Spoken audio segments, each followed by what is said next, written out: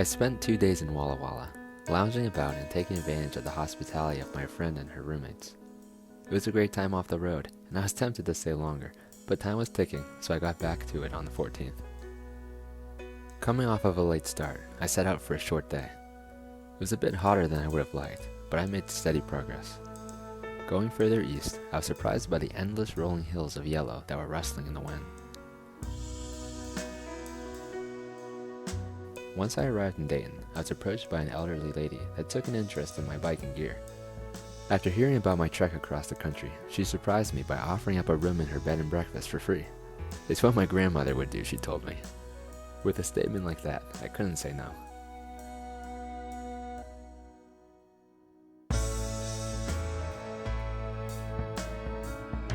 And so, I spent a comfy night inside in the town of Dayton, Washington.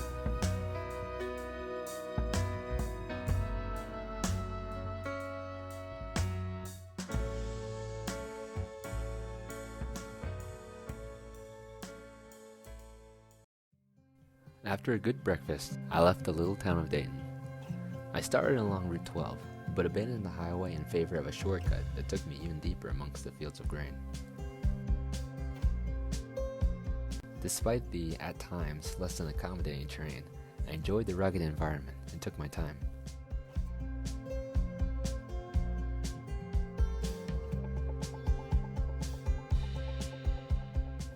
It continued to surprise me just how hilly eastern Washington was.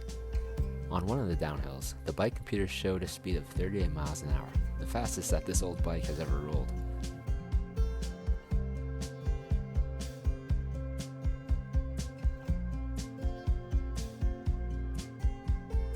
I crossed over into Idaho and finished up my day in Lewiston. The next morning, I hopped on the road for my journey north towards a path through the mountains. I got a very sudden wake-up call in the form of a long climb out of town. Thankfully, there was a generous shoulder, and so I did it in segments, hopping from one point to another until I finally reached the top. There were plenty of other hills throughout the rest of the ride, but none of them felt too bad after that morning. I began to see more and more trees along my way, which I took as a good sign. I stopped for the day in Potlatch, Idaho, looking forward to my ride towards the mountains the next day. I had a good ride out of Potlatch that morning, courtesy of flat roads and a light tailwind.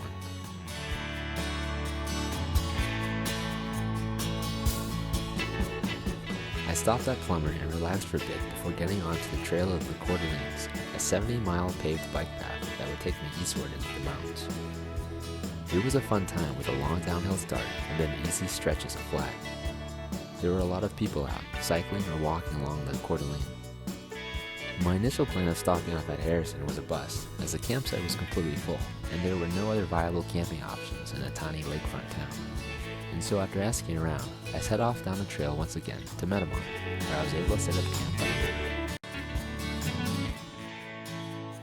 I set out to a quiet morning along the Trail of the Coeur d'Alenes on the 18th. It was a big difference from the crowded stretch at the western end of the trail, and I was having a lot of fun.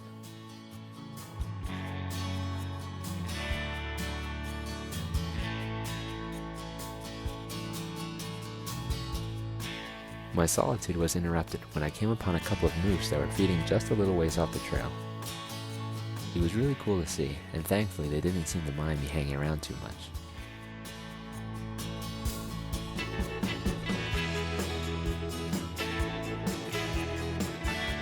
The trail ended in Mullen, and from there I got onto the Northern Pacific Trail.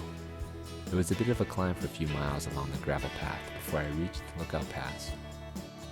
From there, I crossed over to Montana and held on tight for a bumpy downhill ride.